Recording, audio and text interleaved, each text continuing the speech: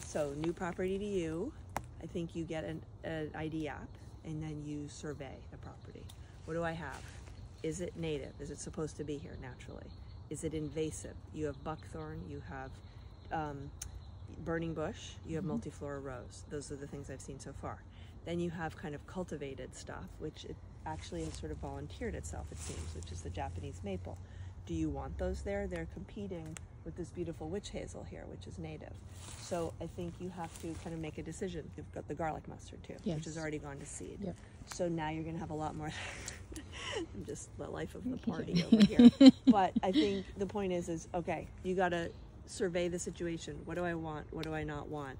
Then you have to figure out a plan. How am I going to deal with the stuff I don't want? You want to hold the perimeter. There's a lot of space. You're never going to manage all this. Right. I notice you have a ton of lily of the valley, which technically isn't invasive, but look at it. Oh my God, it's taking over everything.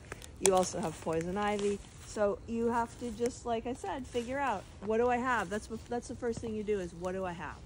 And then you have a plan. Okay.